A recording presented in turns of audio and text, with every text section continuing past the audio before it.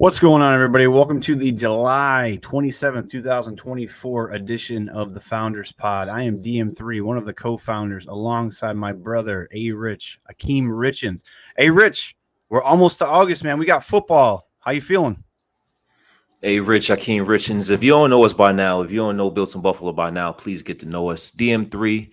I'm excited, man, because it's the life and summers are not the same when our Buffalo Bills are not present, and now that is starting to come back around. I'm getting excited. I'm getting pumped, man. How you doing? I'm good, man. Happy birthday to Brandon Bean, best general manager in the NFL. And happy birthday to the best nickel corner, Taron Johnson. I'm good, man. I'm good. Hey, you know what happens on Monday? What happens on Monday, DM3? Ads, come on. I can't wait. I can't wait for that. I can't wait for that. I'm excited and nervous at the same time because they've Yes. had 91 guys all 3 days. No injuries so far. We've seen a couple, like Chase Claypool, something happened, but he came back to practice. I know Cam Lewis was out for a little bit, but it looked like he came back and he was fine. So I'm excited. I'm nervous and excited at the same time because, like, it's getting real. Like, we're getting real. We have a loaded show. We're going to talk about Joe Brady's offense. I think there's still guys in motion, even though practice is over. We're gonna talk about Keon Coleman. We're going to talk about Matt Milano. We're going to talk about Damar Hamlin, which I want to talk about because we touched on it a couple weeks ago, but I really want to talk about him. The wide receiver position seems like there is a new pass catcher emerging every day from the group that the Bills have. And then Akeem and myself, we're going to end the show with some hot takes. As always, hey, Rich, where do you want to start first? Why not start the show off with a little curveball, right? You spoke about Damar Hamlin a couple of weeks ago. He had some first team reps in these training camp practices. Let's kick it off with Damar Hamlin in that safety position. Let me ask you a question real quick. Did it surprise you that the first day of training camp that Damar Hamlin was running alongside Taylor Rapp as with starting safety? That surprised you at all? Actually, it did. I was rather surprised to see Damar Hamlin getting those reps, especially with the acquisition in the draft pick, early draft pick, high draft pick of Cole Bishop. So to see Damar Hamlin take those first team reps, I was surprised, but it was a pleasant surprise. Because we saw that Mike Edwards was getting reps the second day with Taylor Rapp. The constant here has been Taylor Rapp. It seems like all 3 days he's been getting most of the run with the ones. Cole Bishop on day 3 was the third guy up, I guess, in that rotation with Taylor Rapp. So this is going to kind of go off a little bit, and then we'll circle back to Damar Hamlin. Do you think that there's going to be different treatment for Cole Bishop and Keon Coleman based off of expectations, things like that? Because I feel like we've seen Keon Coleman, and we'll talk about him in a bit, but we've seen him making a lot of plays, and it seems like he's getting a lot of love from Josh Allen early in all 3 days of camp. And Cole Bishop, we haven't heard much about. Mini camp, he was obviously here, and then now it seems like he on day 3 was getting some of the snaps. Is this something where you think they're just going to kind of have to bring him along slowly? Is it a different progress level or progression level for the two because they're two different positions? What's your thoughts, and does that mean anything about the position groups stacked against each other, the safety groups against the wide receivers? Because we know there's a slew of guys at wide receiver, and then we have this new group at safety. Does it worry you at all that Cole Bishop is kind of being brought along a little bit slower than maybe we had liked? No, not at all. I think it's still relatively early. We have veterans that is trying to pick up the system as well. We have a guy in Mike Edwards who came over from the Chiefs and I believe the Tampa Bay Buccaneers. He's on his third team in 3 years. He's trying to pick up the system along with guys like Damar Hamlin and Taylor Rapp, because even though the coaching staff is the same and it's relatively the same from last year, there's different components within the coaching tree. Now we have Bobby Babish as the defensive coordinator, and his expectations may be different than the expectations of a Joe Brady and how he liked to run his receiving corps. So at the end of the day, I think both Keon Coleman and Cole Bishop will play significant snaps this season. I just think that the tutelage will be different on how they're brought up to speed.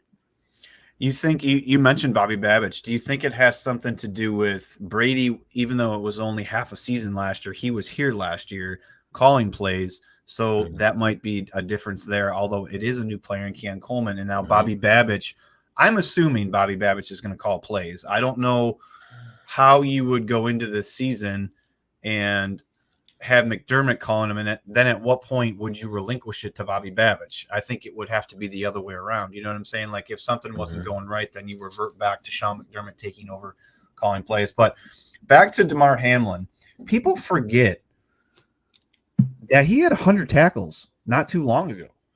You know, when he filled in for Micah Hyde, he was playing at a really good level back there with Jordan Poyer. People forget about mhm, that. mhm, And people forget about DeMar Hamlin as the football player. Obviously, we know what happened to him in Cincinnati on that Monday Night Football game. So, mhm. what are your expectations? Because I think a lot of us had DeMar Hamlin as a bubble guy. Um, I know early on, I thought that there was after. I'll preface that by saying after watching how he wasn't utilized last year, unless you want to call that fake punt or whatever that was that they tried to do with him, he Mhm. wasn't really utilized much other than special teams. So I think a lot of people were kind of sleeping on the fact that DeMar Hamlin knows the system. He knows Sean McDermott. He knows Bobby Babbage because he was in the safety room when Bobby Babbage was the DB's coach. So are you, I mean, you said yes, you were a little surprised, but do you think he can actually work towards being a starting safety? Honestly. I starting safety. I'm not there yet with Damar Hamlin as a starting safety. I do think right now I see his ceiling potential. If he's playing the way I think he's capable of playing, is being a valuable rotational piece to the Buffalo Bills defensive puzzle. And I think part of why he took first team snaps and part of why Cole Bishop, I do that a lot. Cole Bishop was brought on slowly is because of think about McDermott and his defense, right? He even alluded to it the other day. What are the three positions on his defense that is difficult on all three levels? He named edge as one. Right. He named middle linebacker, the quarterback on defense as the other, and the last one he named that's a important piece is the safety position as well. So being that he listed those positions as an important piece to the puzzle, it now, in my opinion, makes sense to me, right? Terrell Bernard, he wasn't a starter right away. He was on the Buffalo Bills bench for a year before he took over. And now we're seeing the slow progression with Cole Bishop. But getting to Damar Hamlin, I definitely think he can be a key rotational piece to the Buffalo Bills defense. Before his injury, he was on a upward trajectory, right? He was sound against the run. His coverage was a little sporadic, but he was a capable player and he was a capable defender. And that injury happened, or that the his accident happened. I think that slowed down his progression and his process a little bit, right? Last year was more about mentally believing that you can play in this NFL after the accident that you've had.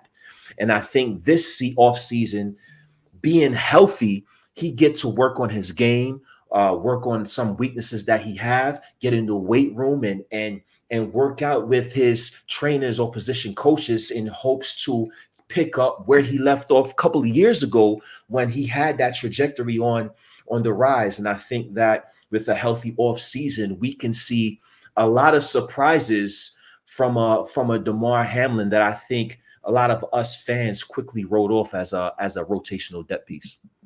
You think it makes a difference that he was that season he played when Micah Hyde was injured? Do you think it makes a difference that he was playing with Jordan Poyer and now it's Taylor Rapp? I mean, we all like Taylor Rapp and we think that when they signed him last year, it was kind of a tryout to see if he could be something long term. But I don't think Taylor Rapp is Jordan Poyer yet. He's not yet. Mm-hmm. Not Mm-hmm. saying he can't be, but he did have Jordan Poyer back there as kind of that, that partner in crime that would put him in positions at times to be successful. So I think it's going to be really interesting.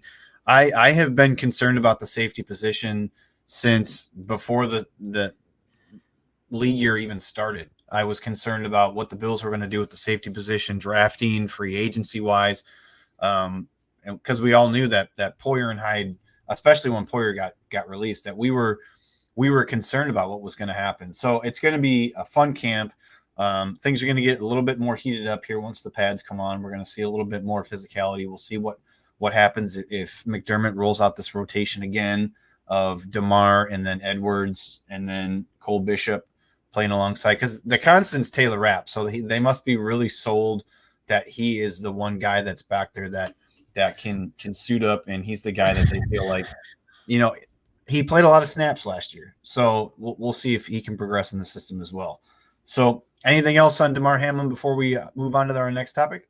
Not necessarily on DeMar Hamlin, but I noticed Taylor Rapp is the constant there that you spoke about, right? And to me, it almost feels as if, to a lesser degree, it feels as if that Taylor Rapp is Aaron Williams after the Bills parted ways with Jarius Byrd.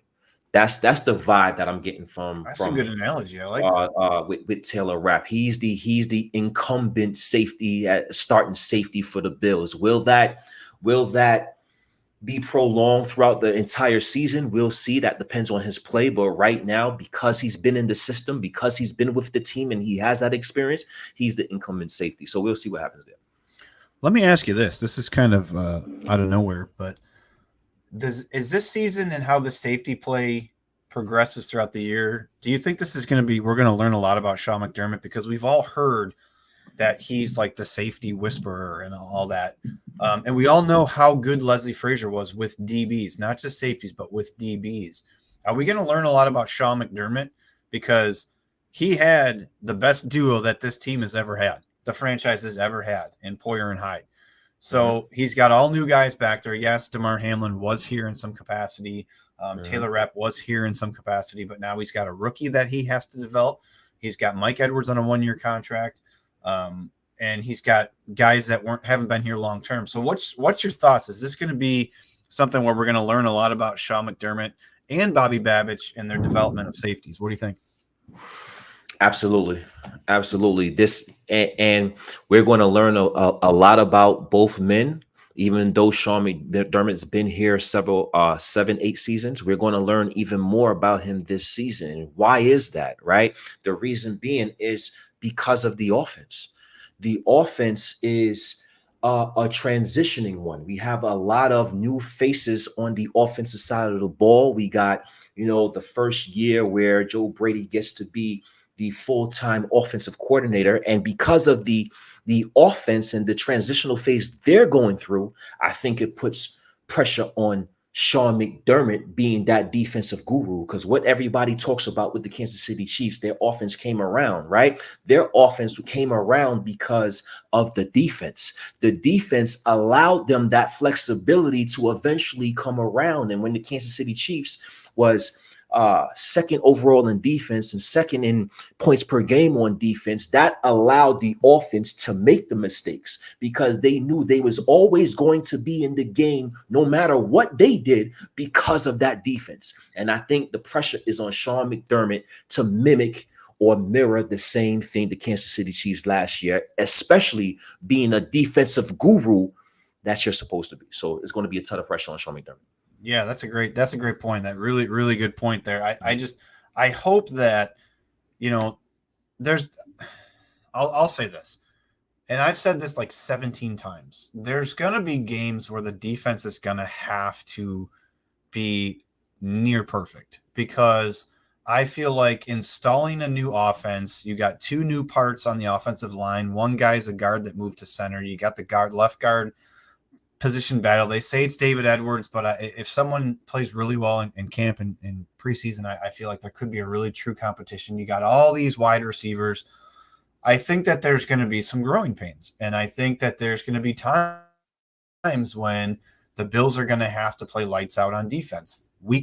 Is it week 4 against? I think it's week 4 or week 5 that we play Baltimore. I don't have the schedule in front of me, but that I could see that being a game where, yes, it's going to be a chess match with Lamar Jackson and Josh Allen, but you're going to have to stop Derrick Henry. You're going to have to stop Lamar Jackson. Your defense is going to have to be perfect because the Ravens have a really good defense. So there's going to be games like that, and I don't want to get too off schedule here, but there's going to be games like that where the defense is going to have to show up, and they're going to have to show up big time. And it's the nature of the beast with growing pains, with a new system, a new offensive coordinator, new moving parts.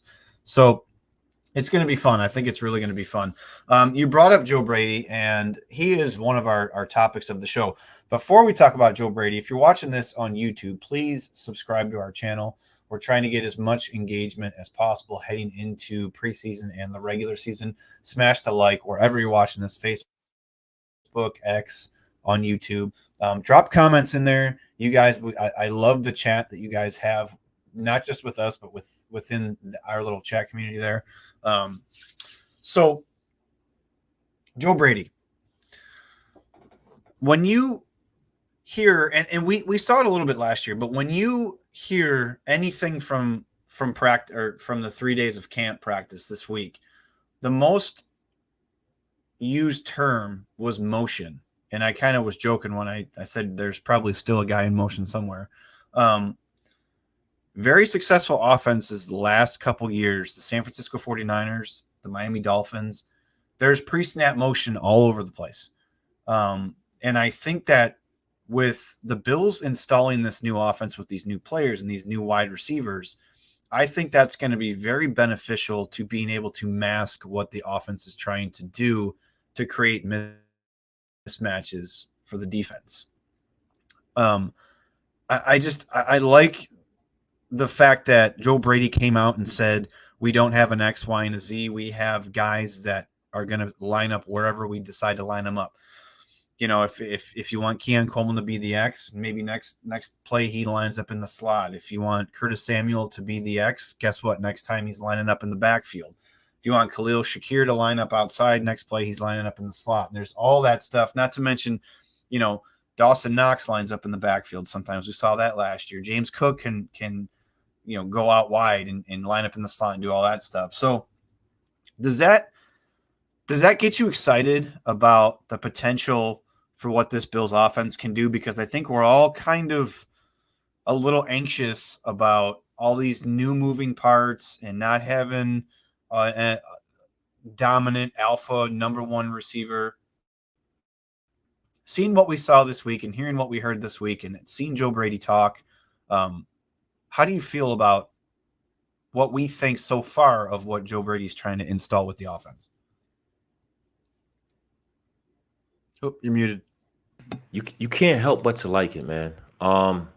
What Joe Brady is installing is in my opinion, as a fan, exactly what I want to see. I want to see pre-snap motions. I want to see players, receivers in the backfield. I want to see running backs out wide. I want to see these motions to put these players in mismatched situations. And I think ultimately that is Joe Brady's goal. He's trying to get players in advantageous situations to get the ball in their hands so they can do things in space when they get it. And these pre-snap motions is ultimately, in my opinion, is going to help open these guys up on a football field. It's more about, for me personally, it's more about when the games are on and when the games are played and when you have to call specific plays. Can you call the correct play to get to take advantage of the defense called at the most crucial times? That's what I'm looking to see. I know it's really early right now, and they're still in the implementation phase in terms of what they want to do offensively and how they want to structure it. So thus far, I like what I'm seeing, but being that we've been seasoned to the Buffalo Bills for a while, and we've been to the playoffs for so long, and we've been in big time playoff games, I'm waiting for the moments to arise where he has to call good plays and is able to do so. Do I like what he's implementing thus far? Absolutely. One big thing that stands out about this and what they're trying to do now, we haven't seen it in any live game action. So as of right now, it's just practice. But Mm-hmm. what I like that he's trying to do and possibly correct is something that I know you have and I know I have complained about, and a lot of Bills fans have complained about. If you're in a important situation, whether you're trying to come back by 5 in the fourth quarter, Diggs is always double covered, and they try to make Josh beat them with someone else. And Mm-hmm. we have always said there is no one else. Mm-hmm. When they had Cole Beasley, fine, you can say Cole Beasley, but Gabe Davis wasn't that guy. And it just seems like what they're trying to put out there now and what Brady's trying to do now is if all the guys know all of the route tree in all of the positions, which are X, Y, and Z, or however you want to phrase it, Mm-hmm. you can have defenses focus all on one guy because the other guys, like Joe Brady said, everybody eats in this Mm-hmm. offense. Everybody So eats. if you get into a situation where you have Curtis Samuel, Khalil Shakir, Dalton Kincaid, and Mm-hmm. Keon Coleman breaking the Mm-hmm. huddle, they Mm-hmm. could line up wherever they want Mm-hmm. because there's that flexibility because they're all learning that aspect of the offense. I like that. I like the fact that one game it might be Khalil Shakir, one game it might be Dalton Kincaid, one Mm-hmm. game it might be Keon Coleman, it might be Curtis Samuel. So I feel like in theory, until we see it again, in theory, it sounds like it's something that should have been installed in this offense for Josh a while ago. Give him multiple targets because we all know that Josh, if we like to say it or not, he forced the ball to Diggs. He just did because that was his guy. That was the alpha male. That was the guy. If you needed a play, 9 times out of 10, he was going to get it. But it seemed like down the stretch, postseason, it wasn't there. And Josh had to rely on finding other people and doing other things. So if this is something that can cure that, and they can all kind of grow together, I like the fact that there's going to be a lot of intermediate stuff. It seems like that was a huge focus of a lot of the offense when they were in 7-on-7, when they were in 11-on-11 this week. It seemed like all the underneath stuff felt like it was important. It's like death by 1,000 cuts, like the New England Patriots for 15, 20 years. That's what they did. And, Tom Brady always will tell you my best receiver is the open receiver. So if Mm-hmm. that philosophy can be installed here, I think that we're in for something. Now they have to execute. The guys got to stay healthy and they have to go out there and perform. But have you thought about that at all? Like we've Mm-hmm. talked so much, you and me. We've talked so much about Stefon Diggs is not doing anything and nobody else is helping Josh. I don't know how many times we've said that in group chats. Do you feel like this can be some sort of a cure for that, especially down the stretch in crunch time? So here's the thing with that, right? What I when I think about or when we compare last year receiving core to this year receiving core, I think of Stephon Diggs, who was a great receiver, alpha receiver, our number one for the past 4 years, and he's our guy. But after him, it was it was a drop off between him and the next guy. And then after the next guy, it was another drop off between him and the next guy. Now, with this year's receiving core, there's not that alpha male receiver, but it's not a significant drop off between receiver 2 and receiver 6, in my opinion. The drop off is not significant. So what I'm saying is that Mac Hollins is a better overall receiver than a Jake Kumaro. Uh, in my MVS, we want to talk about his hands and it being suspect at times. He's a better overall receiver than Trent Sherfield. So, in my opinion, I believe that we have a bunch of reliable guys that can go out there and make the necessary plays. Probably not the alpha male 1,500 yards, crazy dynamic type of catches, but we have a group of guys that can make the necessary play. And in my opinion, that's what Josh needs. When he throws the ball your way, catch the football, make the necessary play. If anything spectacular comes out of it, then that's great. But as long as we can consistently make the necessary plays, I think we'll be all right. And the way Joe Brady constructs his offense compared to the receivers we have and how we want to get open and get these guys the football, I think they will be capable of doing so without that alpha male number one wide receiver. I'm excited about like the potential of not having to watch a game and sit there and say, okay, when is Diggs going to get involved? And then last year, the second half of the season, it was like, okay, is Diggs ever going to get involved? Like, but when Diggs and Josh were good and they were clicking, it seemed like the first half Diggs wouldn't get involved, and in the second half, when the Bills needed a drive, it was like bing, bang, boom. There's 3 or 4 passes to Diggs. So I like the fact that there is going to be a more variety of players. Like you said, everybody's saying that this Bills roster at wide receiver is not good.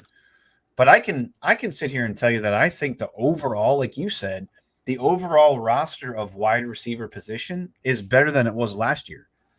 Because from top to bottom, I think you have more guys that are bunched up that are that 2 and 3 wide receiver or wide receiver 4. And I think it's going to make for a great battle. And like McDermott always says, iron sharpens iron. So we'll see. But it's pretty exciting. So I want to talk about Matt Milano. So we talked about him last week, and you brought up a great point. Mm-hmm. Or it was 2 weeks ago when we did our top 10 most important Bills players for the season, not named Josh Allen. You talked about, is he coming back as just Matt Milano, or is he coming back as all-pro, lights out Matt Milano? And what are our expectations? Because there's been a lot of stuff circling through social media, especially on Twitter, of videos of him cutting and breaking towards the ball and doing some things like that. And there's mixed reactions as to how he looks and stuff like that. Have you seen any of the footage of him not doing the drills, but when they were doing some team activities where he was breaking on balls and doing stuff like that? Did you get to see any of that? I did. I didn't see any significant laboring effects from the injury. I think that, he had a fractured leg, he had a broken leg. That's a significant injury. Right. It's going to take some time before you start to become yourself again. He's now practicing, and he's practicing on a consistent basis, right? So what happens when you're practicing on a consistent basis when you haven't practiced in months? Same thing that happens that when a guy like myself, if I go to the gym for the first time and I work out and I'm doing chest and tries, the next day, guess what? I'm gonna be sore as hell. So I think that is what's happening with Matt Milano. He's coming along. He's ramping up his activity, but he ain't play last year. So he's going to have some soreness. He's going to have some type of lingering effects because of that. And once he consistently practices and plays and gets up to speed, I think his body and how he will function and how he will cut and his mental stability in terms of being confident and trusting his leg will come to him as he continues to perform in practice. Yeah, I think it's more than just the physical aspect. I think, like you touched on perfectly, it's the mental aspect. We all talk about Von Miller last season. I think there was a ton of time when he was stuck in his head. And I don't think he was 100% last year for probably 2/3 of the season. I think he was still trying to get there, but your body will only do what your body's going to do. And I think watching him in some of these videos that people have even gone to a point of trying to slow it down in extra super slow-mo to watch how he's pushing off his right leg and, he's not showing a burst and stuff like that. Of course, he's not going to be doing what he was doing last year when he's still trying to make sure that he doesn't overdo it. And the training staff is there and they're letting him go. So they obviously know that he's putting in 100% and they're going to let him try to figure things out on his own. I saw some really naive comment saying that this could be Von Miller 2.0 next season or this season with Matt Milano. And I don't, first off, I think the Bills are going to be a lot more cautious with Matt Milano, and I think if he's not right, they're not going to put him out there. Hence the reason why they signed all the linebackers that they signed and drafted one. And I think this is a completely different situation. Matt Milano is a hell of a lot younger than Von Miller is. Matt Milano plays a completely different position, which is required to do a lot of different things than Von Miller is. Matt Milano doesn't have the frame that Von Miller has. And like I said, I believe the Bills learned from watching Von Miller go out there and just not be effective at all. He just wasn't himself. He wasn't bringing any value to the defensive line. And I'm not quite sure why it took as long as it did to get him off the field and inactivate him, when they did. So what are your thoughts, expectations? Do you think Matt Milano, they kind of ease him in? You think he's ready week 1? Do you think this is something, does he need to play in preseason? What's your thoughts? Well, first of all, Matt Milano. We're not doctors, by the way. There's some prefaces, but we're not right. First of all, Matt Milano, he suffered a significant injury, right? He fractured his leg, and that's a significant injury. Number 2, okay, he's not Von Miller's age, but he's not a spring chicken anymore. He's 29, right? True. So now, if he was to get injured again, God forbid, then I would have concerns about future Matt Milano. Right now, in my opinion, comparing his injury to like a Von Miller I don't think it's the correct thing to do, right? Because number one, I think when you tear ligaments, I think that's a totally different ball game than a break. When you tear ligaments, you have to get used to running and cutting and having stability on that ligament, and who knows if you're going to be the same again. His leg, Matt Milano, he just have to heal. It has to heal and heal properly, and then he has to ramp up the activity, and then I believe he will return to the elite form that we've been accustomed to seeing. And if God forbid he doesn't return to form, I don't think it's because of the injury. I think it's because of the age and him getting into those prime years of his career. So I'm not concerned with Matt Milano at all. I think as long as he's healthy, he's gonna round into form. It's just gonna take some time, and us as fans, we have to be patient because these football players are human beings and they have bodies like we do. So it's a combative sport. Give him time, he'll be fine. Yeah, I think a lot of fans too. Sometimes we got to take the emotional aspect out of it because we all enjoy Matt Milano. I mean, I think we're all Matt Milano enthusiasts over here. But again, I don't want to repeat. I'm not saying of the player and the type of injury and stuff like that. I'm talking about if he's not ready, fine. There's a few guys that I'm sure can step in, start the season. We wouldn't like that. We don't want that. We want Matt Milano and Terrell Bernard out there, obviously. But if he's not right, I'm okay with them easing him into the season. And letting some of these other guys, I mean, they got Morrow, they got Deion Jones, they got guys that can fill in, like you said a couple weeks ago. They got guys that can fill in if needed. Just let him get out there when he's right, because, like you said, we don't need to have something because he wasn't ready 100%, re-injured, and then we're talking long-term issues then at that point. All right, let's talk about Keon Coleman. Keon Coleman is an interesting dude. I think we all know that, right? He's the cookies guy, and he's the yellow jacket guy, and he's the guy that talks about Josh and Tiger Wish He Would and all that stuff, right? But I've noticed this week he's been a different Keon Coleman. Have you noticed that? He's more serious. Like, not every time he's been talking to the press or interviewed or whatever, it's like business time Keon. Like, he seems like he's motivated. He's in tune with what's going on. I think being in the locker room around some of the other guys for an extended period of time, plus they're in dorms now, so I don't know who he's rooming with. But what's your initial thoughts 3 days of Keon Coleman, seeing what he's been able to do? And I understand it's no pads, there's no contact, but you're still going man on man in a lot of these routes and a lot of these plays. They're still playing against actual defenders. So, what's your thoughts so far this week from Keon Coleman? Initial reaction. Impressive. I've been impressed with Keon Coleman. I've been impressed with his work ethic. I've been impressed with how he works and how seriously he takes his craft. And that, in my opinion, as long as he have those traits, because you can't teach those traits, right? As long as you have that work ethic in you, I think it's going to produce into the success of your ceiling, whatever your ceiling may be. And I think Keon Coleman this week, we saw him during the draft and he was joking around, and it was kind of like being at work, right? We know damn well we are a different person at work compared to when we clock out, right? Right. So I think that is what we're seeing with Keon Coleman. Keon Coleman has clocked in.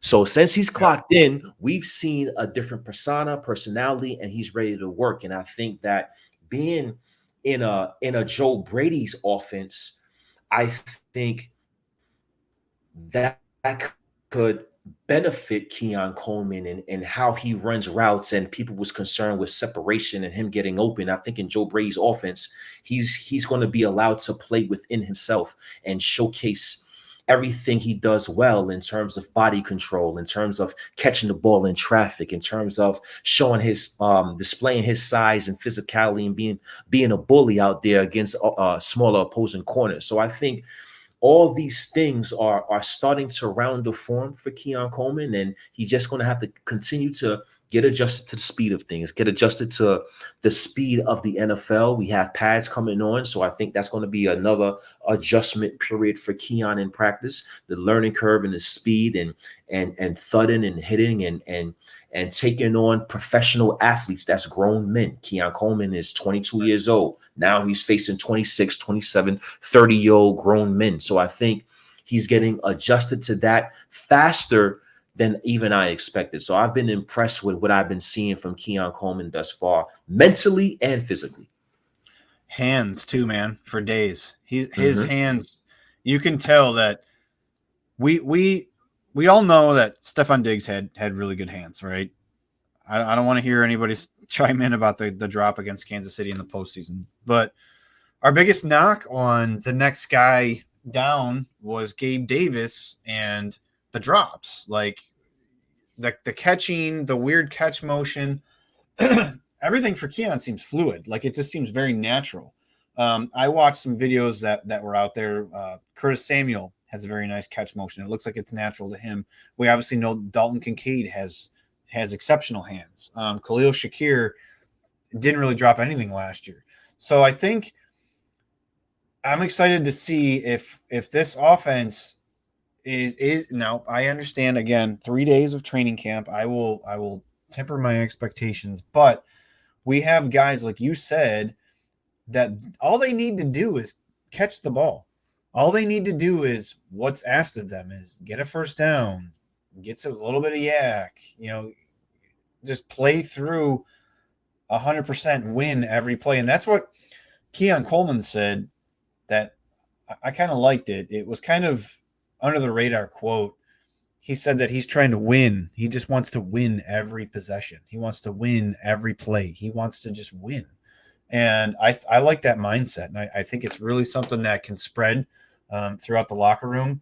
And look, you can say what you want about him being a second-round draft pick instead of the first-round draft pick. That kid's going to play with a chip on his shoulder, and the expectations for him, I think, are perfect. There isn't high expectations for him.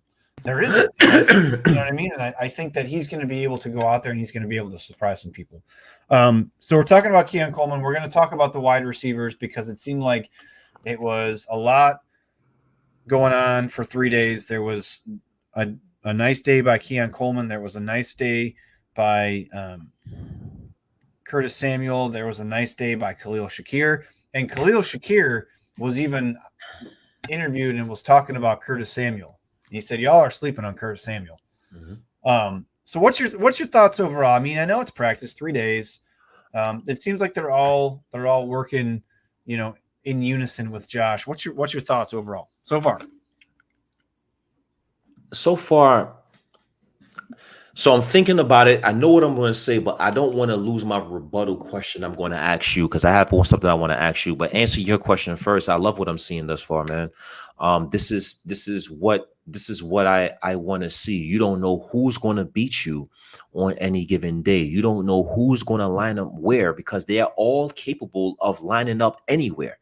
Keon Coleman, XYZ, Curtis Samuel, Mac Hollins, and I think Mac Hollins is going to be a bigger piece than us fans think he is. I think Mac Hollins, Joe Brady spoke about him, raved about him, going, the barefoot assassin, and he's led other players to go barefoot during practice and things like that. I think he's going to be a key cog to what the Buffalo Bills are trying to do, and because of the potential up and down the lineup because of the continuing moving pieces and moving parts because of the offensive coordinator Joe Brady and what he wants to implement. We're going to always try to find a mismatch, and when we do that, we're going to try to exploit that mismatch, no matter if it's Kincaid or Shakir or Cook or Coleman. And I think that's where the everybody eats mantra comes from, because whoever's open, whoever has that mismatch, they're going to get the ball and we expect them to win, right? So I like what I'm seeing thus far, but I want to ask you a rebuttal question right quick, because I've seen interviews with Stephon Diggs explaining certain plays that happen, and he would say, "Well, I'm supposed to block this play, but you all pretend to block." He always pretend to block, right? But we have guys now that actually like to block, and I think that is key in a Joe Brady system, that blocking component. So I want to ask, can that open up? Do you think receivers that is willing to block can open up so much more layers offensively? What are your thoughts on that? Especially maybe even in the run game. I think that the guys that were brought in, because Keon Coleman can block, Curtis Samuel can block, Khalil Shakir can block, Dalton Kincaid still working on it, but he can block. Dawson Knox is becoming an elite blocker. These guys, and this wasn't formulated by coincidence. The Bills are going to run the ball. And Ray Davis had two really good days in a row. And a lot of people are sleeping on Ray Davis. I feel like this is going to be something where you're going to see a lot of stuff that, as Bills fans watching this offense under Brian Daboll, under Ken Dorsey, we are not going to be used to. There's going to be pre-snap motion. There's going to be stuff that's going to go outside. There's stuff that's going to go wide. There's going to be stuff that's going to go underneath. I feel like they're going to do everything they can. Joe Brady's going to do everything he can to try to get as many people involved on every play as possible. Whether it's just you're going in motion, you're the decoy, or you're going to come in motion and I'm going to give you a pitch, or you're going to line up in the backfield and you're going to split out wide. Like, I feel like there's going to be so much of that we're going to be watching the offense and our head's going to be spinning. But I do think to your question, I feel like they're going to run the ball a lot. I really do. I feel like they're going to try to take the pressure off of Josh and only make him be what we know of Super Josh when it's absolutely necessary, when it's the fourth quarter and you need to break glass in case of emergency, let him loose. But other than that, they want to keep him healthy. They want to keep him upright. They want to give him a clean pocket. I mean, you're going to run 12 personnel a ton, and then you have a guy like Mac Hollins who can block. You got a guy like Keon Coleman who's a big body that can block. MVS is a big guy that can block. Claypool. What's that? Chase Claypool, another one. So I feel like they're trying to get more physical. And I feel like McDermott's teams, whether it's defense or offense, I know you've said it 100 times, they're always out physical. It seems like they're not the aggressor. They're the aggressee, and they're always being pushed around. Now, there's been games where they've come out and they're just, I feel like they're bullying teams like the Commanders. Cowboys.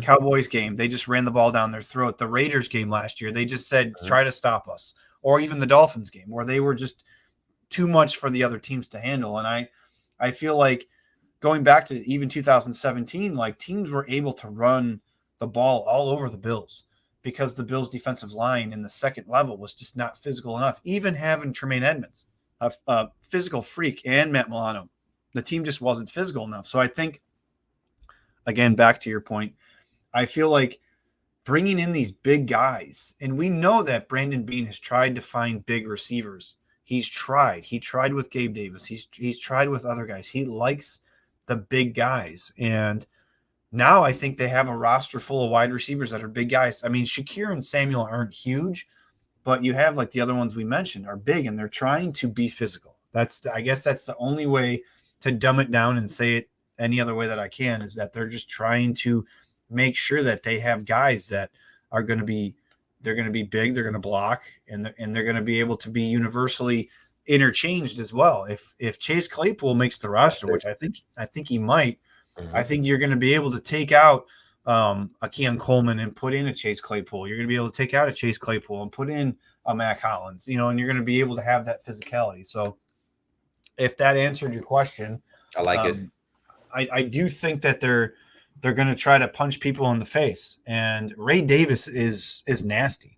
And James Cook is the guy that can take it to the house, and the speedster, and it's going to be a nice 1-2 punch. So it's going to be really interesting to see how this offense evolves from what we saw last year, because I really don't think down the stretch what we saw was sort of the dumbed down version, because I don't think Joe Brady had all the parts that he wanted.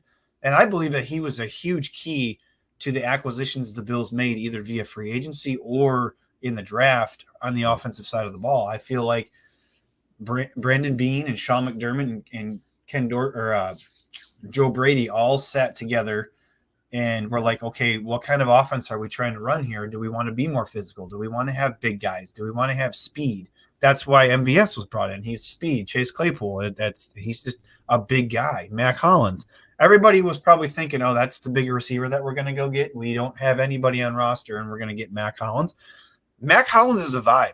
Like, I'm digging the dude. Like, I think he brings something in that locker room that is calming to everybody. Like, he's just like, he doesn't give a shit about anything. Like, he goes out there with his ripped shirts. He's cutting his toenails sitting on the grass. But I feel like he's an upgraded version, like you said, over a Jake Kumaro. He's a guy that I guarantee in the red zone he's going to get some targets, and he's going to make some plays. So I think the roster, we've all been concerned with the wide receiver room, but I think what they've done is there was a little bit of addition by subtraction, not naming names, but there was a little bit of addition by subtraction, and now there was more addition of guys that fit what Joe Brady wants to do with this offense. So I like it a lot. All right, so let's continue talking about wide receivers, because MVS, who I think I brought you to the dark side when I said that he's probably a roster lock. At that contract, he's a roster lock. So the first couple days of camp weren't that great. Miscommunication between him and Josh, which is expected. It's been 2 days of training camp. 7-on-7 drills didn't look great. 11-on-11 when he was targeted, there was actually a couple interceptions thrown by Josh on Friday's practice. Is this something we should be concerned with, or you think they just need to iron out some wrinkles here? Man, it's so tough because MVS has been such an inconsistent player throughout the course of his career. So it's hard to say, in my opinion. And then I have this statement that is in my head that he said. Did you see the statement where he said he helped Patrick Mahomes win that MVP? He helped the quarterbacks win several MVPs. I thought he made some interesting comments and quotes throughout the week. But I'm hoping it is getting to know each other process, right? We hope that it's miscommunication because of MVS now getting acquainted with Buffalo and getting acquainted with Josh Allen and the system and the structure and the plays and schematics and how everything works. And that's a lot right now. And hopefully that will improve the more chemistry they build. So right now I'm hoping it's a chemistry thing and they just have to work on that chemistry. And by the time week 1 roll around, they will be more in sync as a quarterback and receiver. I agree with you. I don't buy too much into the stuff that happens in the end of July, unless it's injury related or something like that. Because again, there's no pads. I think this week is going to tell us a lot. I think this week, like you alluded to with Keon Coleman, like it's real now, right? So I'm just hoping that everybody stays healthy and we get through this week. And everybody's there's 91 guys there again throughout the week. So, all right. So we talked about Joe Brady's offense. We touched on Bobby Babbitt's a little bit. How do you feel about the offensive and defensive coordinators? Because we had Brian Daboll, who's been around for a while, and we had Leslie Frazier before last season. It seems like the youth movement includes the coaching staff. How do you feel about the energy from Bobby Babbage, the energy from Joe Brady? How do you think that is something that is they're fully grasping the youth movement, and that includes the coaching staff? What's your thoughts on that? I think it's infectious. I think players, especially today's players, this generation, I think they like a coach that is pumped up, that is upbeat. It's like a form of communication between young players and coaches. Our coach is in tune with the players. He not just some old fart that's just coaching guys and acting like a principal. No, he's in tune with his guys. He want to know what they're doing, where they're at. He wants to celebrate their plays, celebrate their wins. And we see that on both sides of the ball. And me personally, I love it. I love it. This is what you want from your young coaches. You want your young coaches to bring that youth and bring that excitement. It's not just on players to bring that energy. It's on the coaching staff to bring that energy as well. Because in my opinion, and I've said this a couple times, and I want to keep saying it, the players are a representation of the coaching staff. And if the coaching 100%. staff is infectious and showing that energy and being upbeat and showing the attitude necessary to win and to get along and to build chemistry, it's going to trickle down to Josh Allen, to Ray Davis, to the receiver, down to the 91st man on the roster. So thus far, I'm really liking the coaching staff and how upbeat they are. And I like the transition from older coaches, right? We had Leslie Frazier in the beginning. We had Rico Dennison in the beginning, where they had a lot of people probably even forgot Rico Dennison was an offensive coordinator for the Bills in 2017, right?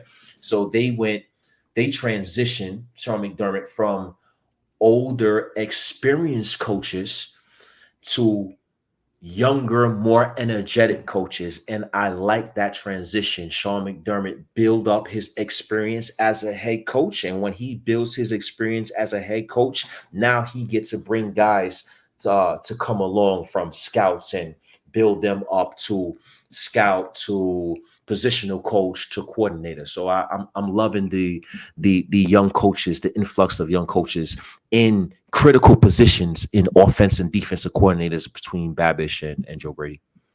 All right, one quick one. You got 10 seconds to answer. One word answer. Bobby Babbage calls plays week 1.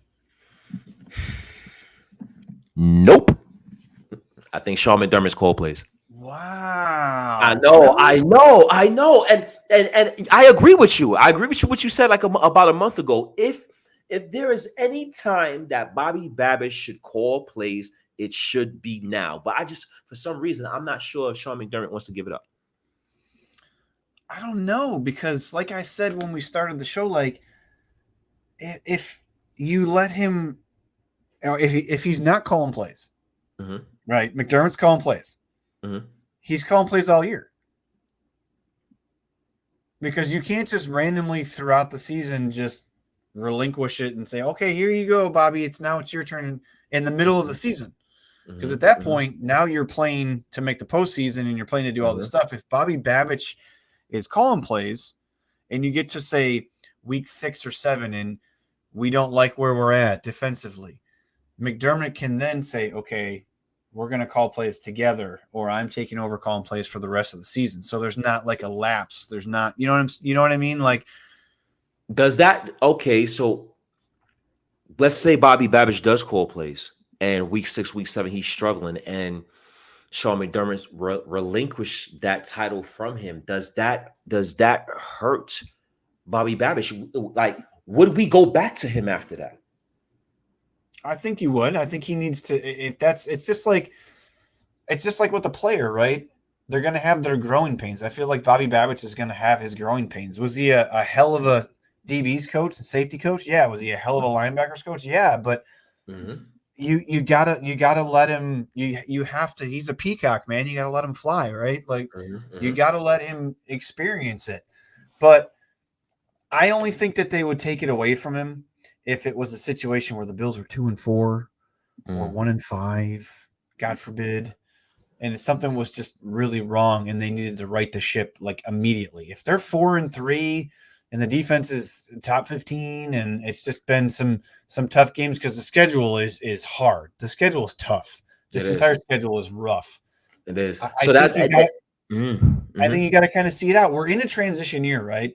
I Mm-hmm. feel like I'm seeing all this crap online about is Sean McDermott on the hot seat? No, he's not. He's not. I Mm-hmm. can tell you right now, he's not. Brandon Bean on the hot seat? No, he's not. Is this a big year for Brandon Bean? Absolutely. But he's neither of them are on the hot seat. Mm-hmm. I don't understand why you just got to let it play out. I feel like you got to let you gave the man the position. Like if it's not this year, then is it going to be next year? When's he ready? If he's not ready now, you know what I mean? What grade would you give Sean McDermott, defensive coordinator, last year? What grade would you give him as a defensive coordinator calling plays for the Bills? Did you like how he called plays? Did you like how the defense played? Um, I'd give him a B plus, I guess. I'm not happy with how the game was called against the Chiefs in the divisional round. That I Okay. wasn't happy about the game against the Eagles. I wasn't happy about the game against the Broncos. Like there's some games, yes, I could pick out. Overall, was I satisfied? Yes. Mm-hmm. Do I want to see something new and something different and something fresh with the tutelage from Sean McDermott?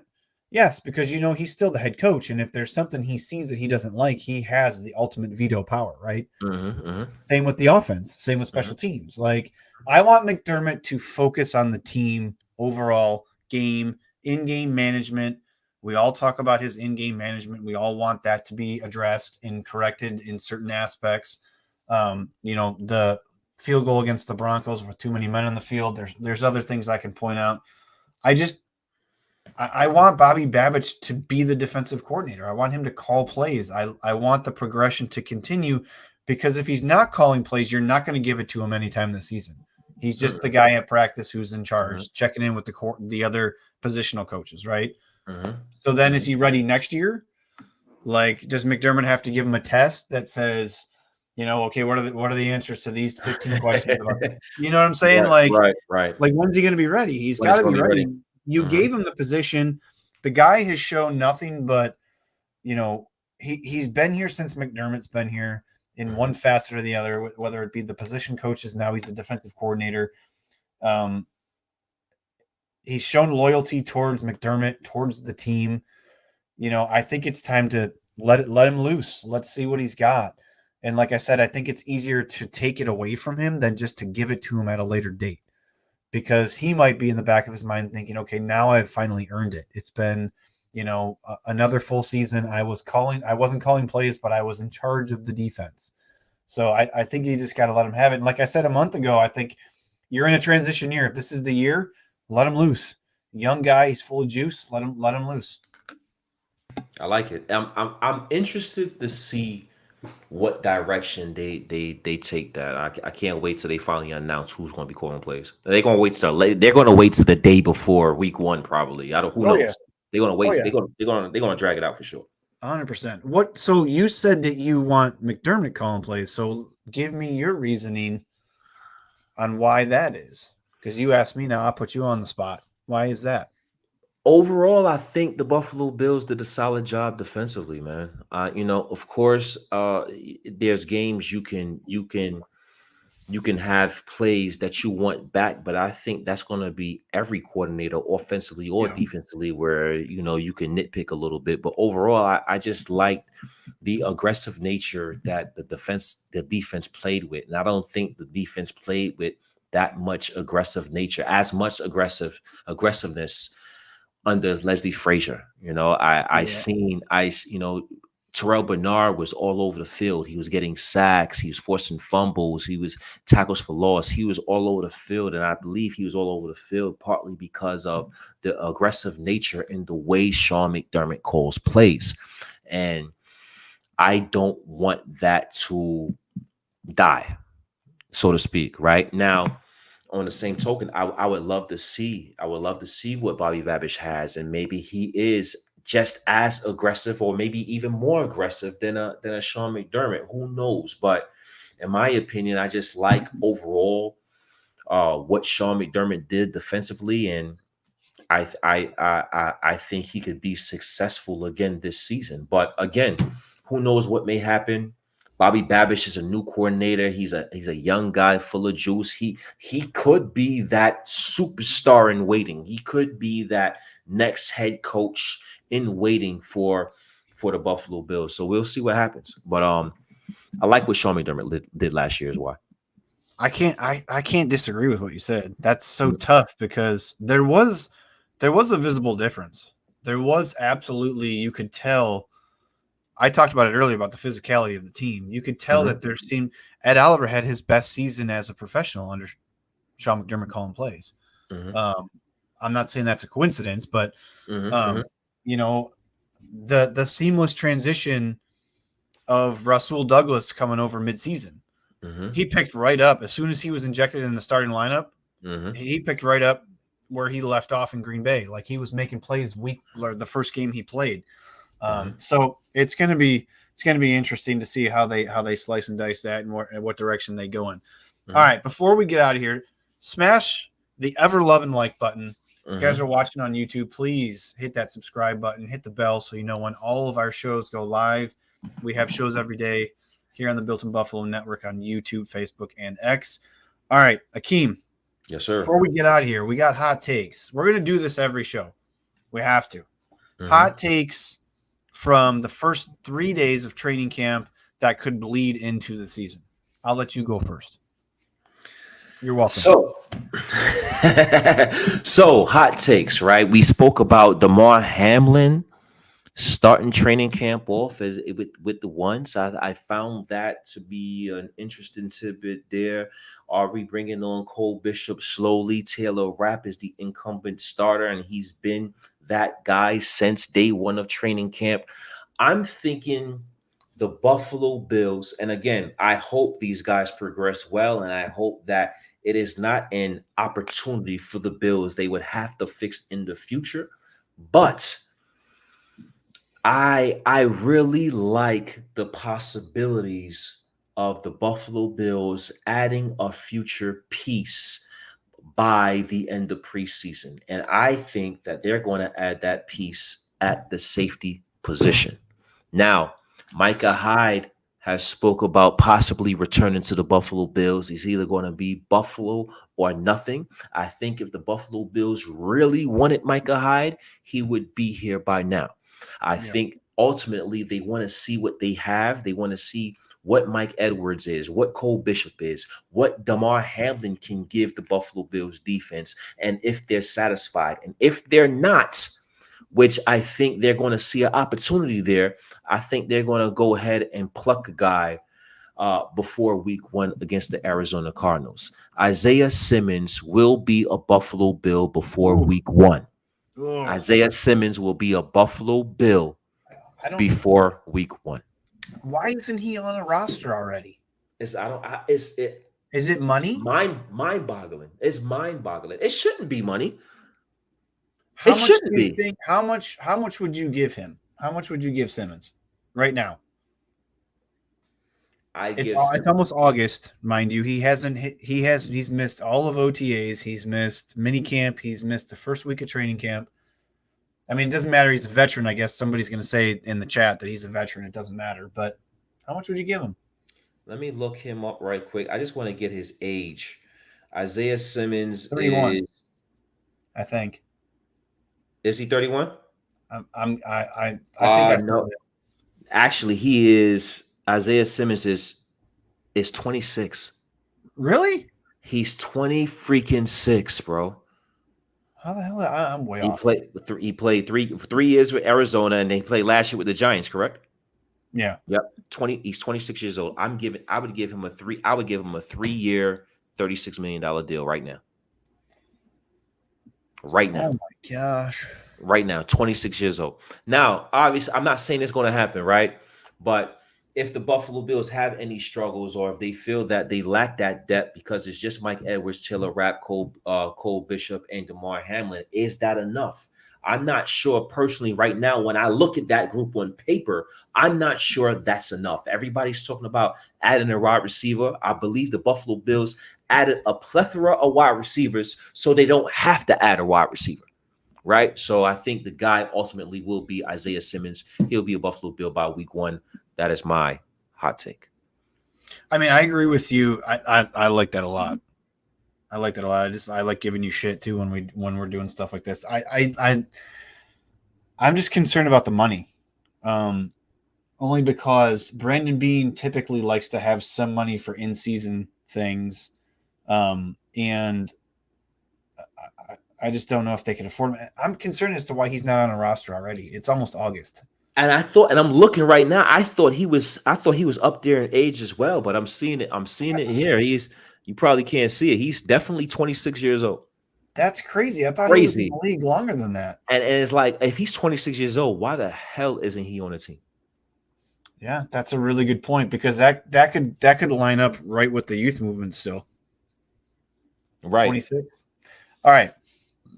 My hot take. What you got? I'm excited. And this has nothing to do with what happened the last 3 days of camp. Okay. I started to get into this mindset when we did our 10 most important Buffalo Bills, not named Josh Allen, for 2024. Keon Coleman is going to lead this team in receiving touchdowns. And it might be double digits.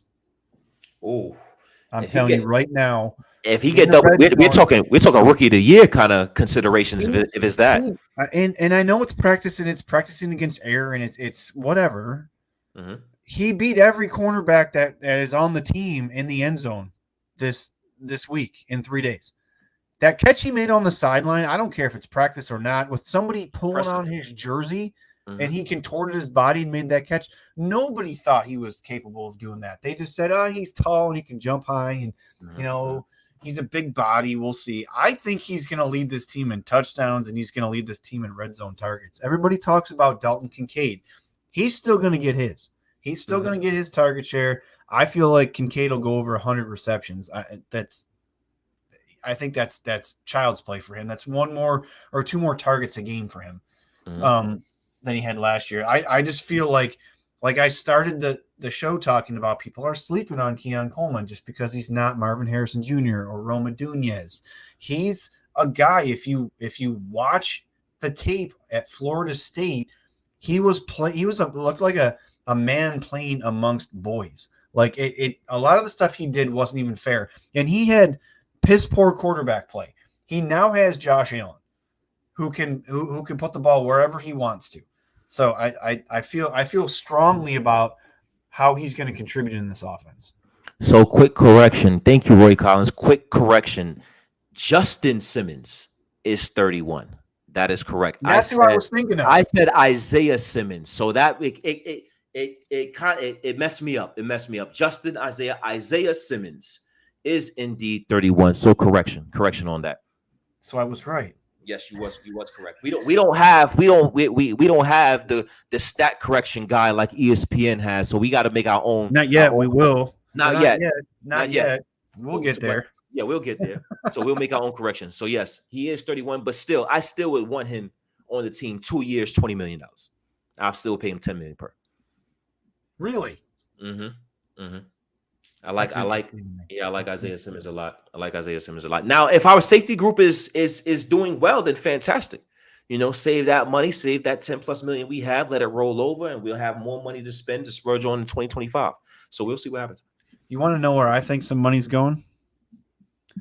Edge. Oh, to an existing player or to an incoming player? Incoming. In a Okay. couple weeks, I bet there will be an edge defender signed. I don't feel that they feel comfortable. Yes, they paid AJ Epinesa, and yes, they gave Greg Rousseau his 5th-year option. Mm-hmm. But after that, you got a bunch of guys that are cast-offs from other teams, and you got Mm-hmm. Von Miller. Mm-hmm. Does that group scare anybody? Because if it was me and I was Brandon Bean and I look at, like you just alluded to, our safety room and how it's constructed right now, if they don't do anything there, you need to get to the quarterback. You Mm-hmm. absolutely cannot rely on Ed Oliver and Daquan Jones to lead this team in sacks. Mm-hmm. You have to, I mean, unless they're expecting and they are seeing what we're not seeing at practice and throughout this whole offseason, that Greg Rousseau is going to take this massive next leap Mm-hmm. in year 4. I don't see it. And then AJ Epinesa, I think we know who he is. He's not an every down edge defender. He's just not. He's a guy that you bring in when you need to make a few plays on 3rd down, and he's a 6.5 to 8 sack guy. So Mm-hmm. I think they need to bring in an edge defender. I honestly do. And there's some guys out there like Yannick Ngakoue is out there. I think he could be a 1-year rental if you're just trying to make sure that your guys on the back end. And plus, you're also worrying about Matt Milano's health, and the defensive line is they're going to cater to a lot of what the linebackers are going to do. They're going to set up the linebackers to be successful. So, and the cornerbacks and the safeties, it's all, you've got to get to the quarterback. We Mm-hmm. have too many games on this schedule where we have elite quarterbacks that are going to pick us apart if we can't get to them. Lamar Jackson, Joe Burrow, Mm-hmm. Patrick Mahomes. If you want to throw Tua in there, I mean, there's a lot of quarterbacks that will make you pay if you give them time. Mm-hmm. So we have to get to the quarterback. You know what? I like that a lot.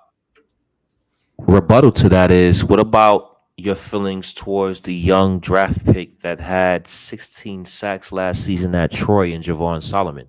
I know he's a little I he's like him under a lot. I know he's undersized, 6 foot, about 250. Here's the thing, though. When we do roster construction, and we will do a 53-man roster show, me and Akeem will do that. It's too early. I don't like doing it this early. We'll do it more towards cut day. It's going to be hard for him to make the roster. We talked a couple weeks ago. We talked about the linebacker room. What's going to happen with Matt Milano? Is he going to be healthy to start week 1? Because you got all of the veterans there. How many safeties are they going to keep? How many corners are they going to keep? How many offensive linemen are they going to keep? Are they going to keep 10, 11 offensive linemen? How many defensive linemen are they going to keep? He's a rookie, and I feel like he might be a practice squad candidate. How many wide receivers are we going to keep? You know, there's a lot that goes into. He's not just battling against other guys on the defensive line and edge defenders. He's battling against guys that can play special teams, guys that might return kicks, you know, like Andy Isabella or KJ Hamler. He's fighting against all of those guys. So it's going to be hard. I would like to see it because I think he's a freak. I think that when he was drafted, I think, you know, the first couple of people that comment in our group chat is, holy shit, watch the tape. The guy's insane. And I love the pick. I just don't know who he replaces on the roster. Like, he's going up against like Cam Lewis.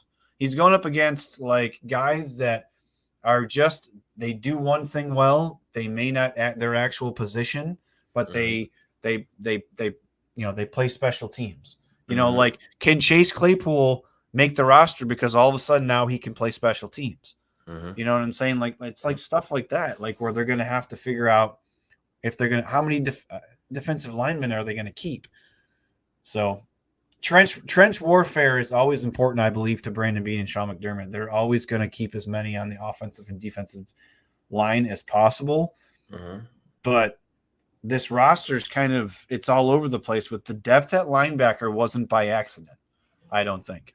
I think they're going to keep a bunch of linebackers. I think they're going to keep a bunch of linebackers because they don't want what happened last year in the postseason to happen. You want to have an emergency backup plan. You know, if you're heading into the postseason and one of these guys, one of your starters is out, and then one of your other starters is out, then you have guys that are on the roster right now currently that have started multiple seasons worth of games. So, what's your thoughts I on him? like it. I like him a lot, man. I like him a lot. I think he can be a diamond in the rough kind of guy. I would love to stash him on the practice squad, and see if he could, further develop his game.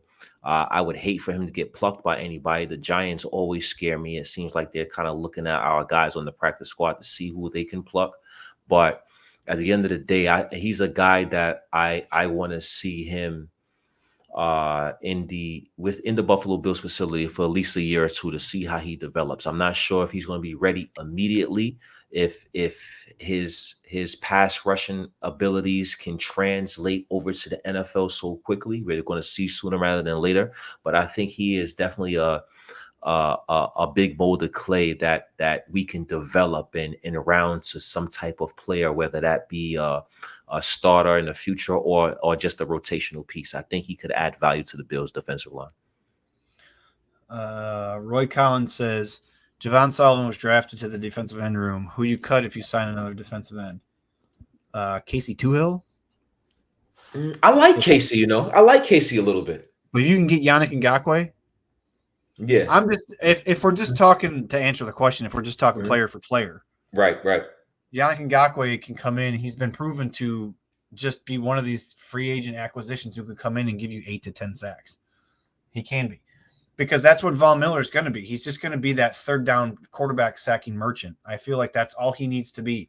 Let him play 15 snaps, 20 snaps a game. That's it. Go in on third down, go get the quarterback. We don't need you to stop the run. And then Monster says, shout out to Monster, by the way. Monster says, you said coach is not on the hot seat. What would have to happen this year to put his job in jeopardy? They'd have to go 3-14, and it would just have to look rough all the way through. Other than that, I think if they go 9-8, 8-9, I think he's still here. Look what they just did. They turned over half the roster, literally half the roster from last year. So, I mean, you got to cut them some slack. They got rid of how many captains? You're going to have all these first-time captains other than Josh Allen and Deion Dawkins, I believe. So you have to be just abysmal, I believe, for them to be even considered to be on the hot seat. What do you think, Akeem? Yeah, I think it would have to be a very disappointing season to put him on the hot seat where Joe Brady is struggling and he's not the guy and he ends up getting fired. And now we're having conversations about, can Sean McDermott find the right the offensive coordinator to hoist the Lombardi trophy? And then Josh Allen is going to be with his fourth coordinator in this amount of years. So I think stuff like that, it'll have to be a spiral effect of negativity for Sean McDermott to be in that hot seat. I don't think he would get fired no matter what happens this season. I agree with you 100%. Rich, anything else you want to talk about? Anything on your mind tonight, man? It's been a busy week.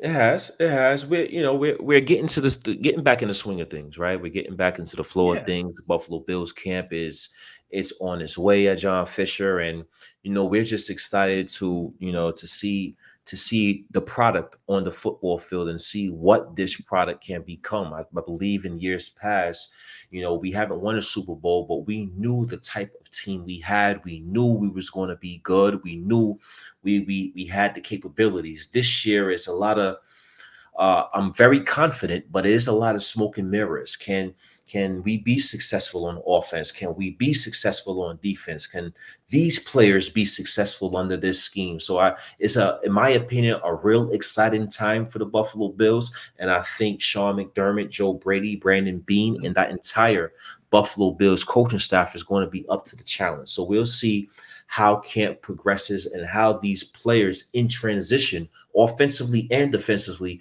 will progress at One Bills Drive. So it's been a great show, DM3. And next week we got more to talk about. A lot of more things are going to happen over the course of this week, and we're going to have more topics next week for us and everybody in the comment section to discuss. I want to put this comment up real quick. I think McDermott will be here when they cut the ribbon to open the new stadium. I think in beyond that, if I'm being honest with you. Mm-hmm. You touched on something, Akeem, right there that I don't think a lot of people are talking about. They've probably thought it, but not really talked about it. So we were so used to during the drought, and I hate bringing up the drought because it seems like it was forever ago now, which is a good thing. During the drought, we were so used to being disappointed by this team. We were so used to starting out hot and then, just fizzling out halfway through the season. And then we got kind of spoiled, right? We had some growing pains. Josh's rookie year in 2018, we had some growing pains, but we kind of expected it. And then since then, they've kind of been on this playoff run, and especially the last 4 years, winning the AFC East. Now it's kind of like it's flipped. Like when Josh first got here, we didn't know what to expect, right? Even through 2019, I think we were kind of still we thought he was the guy, but he was still growing, right? And then 2020, he took off. Mm-hmm. Now it's like we know we have Josh Allen, and then there's everything else, right? Mm-hmm. We have a lot of good players at a lot of key important positions, and it's going to take a lot of execution, a lot of coaching. That's why I phrased this question to Akeem earlier. I think this season is going to tell us a lot about Sean McDermott. Is he going to let Bobby Babbitt call plays? Are the safeties going to be good enough to keep this defense a top 5 defense like they've been for the last 7 years since McDermott's been here? What's the offense going to look like? Can Joe Brady pick up where he left off last season? So I think there's a lot of questions. I will say this, though, and I've said this like 10 times over the course of the last couple of months, is we just need to be patient with this team. I know it's hard because our expectations for the last 5 years have been through the roof. I think we just need to be patient. There's a lot of guys that aren't in that building that played a lot of meaningful snaps for the Bills. So we're going to have to let these guys that they acquired, guys that they drafted, the youth movement, the young coaches, let them do their thing and let them get into a groove and let the season progress before we, get upset. They could come out barn burner. They could be 6-0 and we could be like, this is the greatest team we've ever seen. But they could also start out slow and then pick it up like they did last year. So hopefully not, but it could happen. So any concerns about Joe Brady pulling a Ken Dorsey? Elaborate a lot. We know Ken Dorsey. He took over a couple of years ago, and he looked good too. Right. And then he looked good in the beginning of the season, and then it was just a. Now that Joe Brady is in a similar situation. Do you have any concerns that he may go through the same thing when teams have his scheme on film, or you have no concerns with that whatsoever? I don't think that the offense that we're going to get is the offense that we saw last year. I think that was the vanilla dumbed down version because I think now he's got different pieces that he wants to put into his puzzle.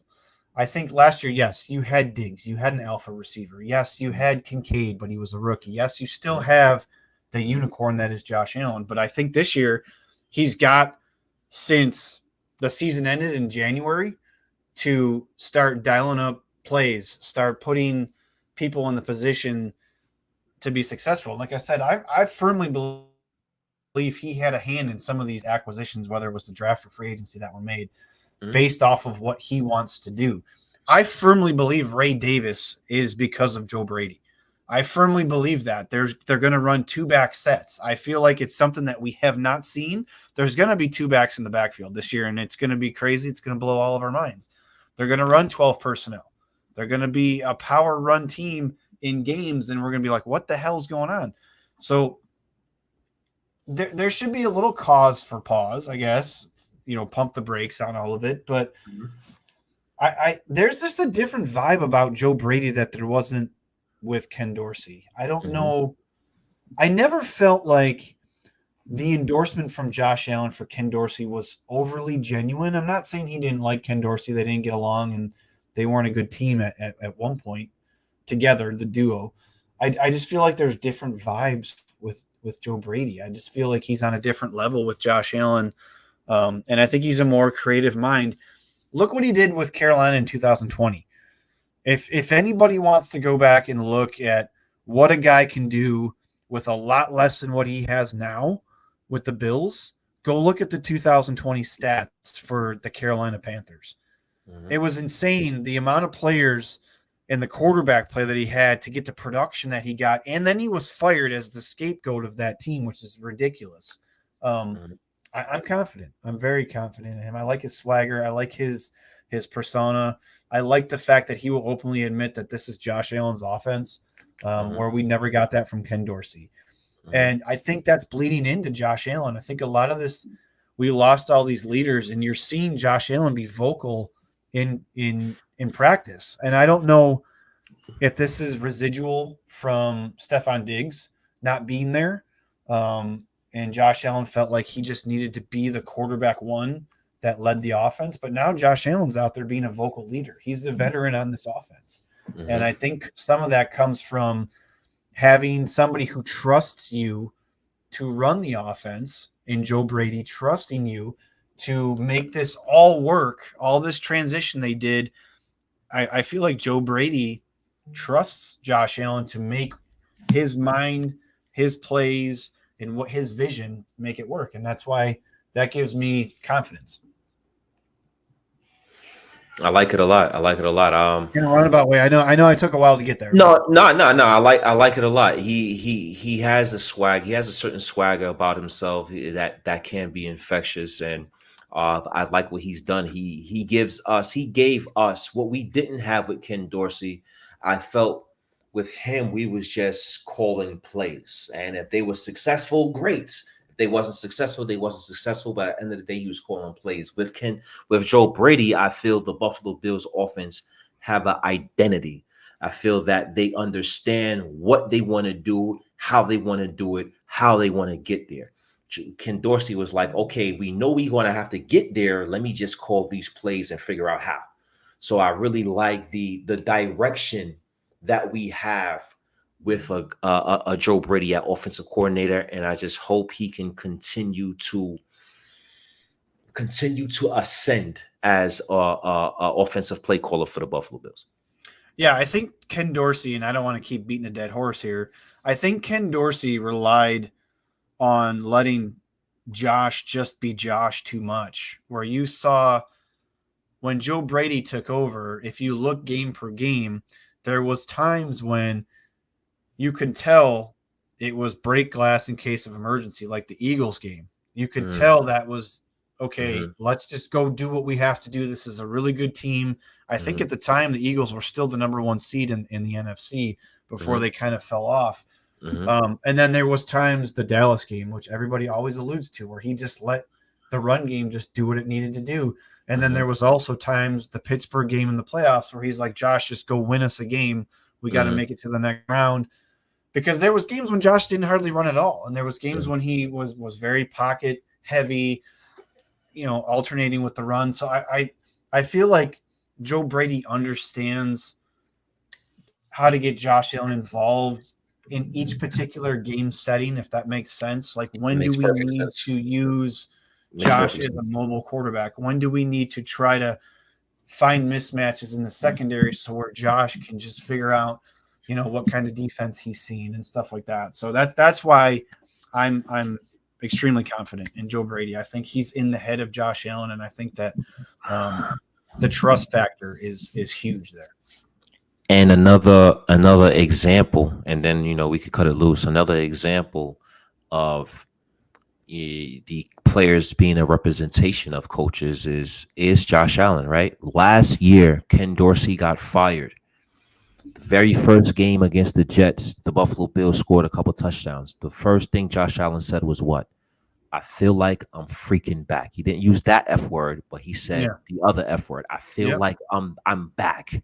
And the reason he felt like he was back is because of the play calling and the style of scheme and offense he was playing at that time, where he felt he was finally a part of and he can be himself.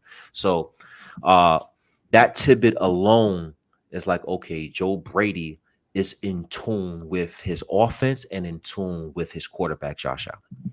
Yeah, and there was even a part earlier in the season when the Bills' offense was struggling where at a press conference he was asked about the play calling.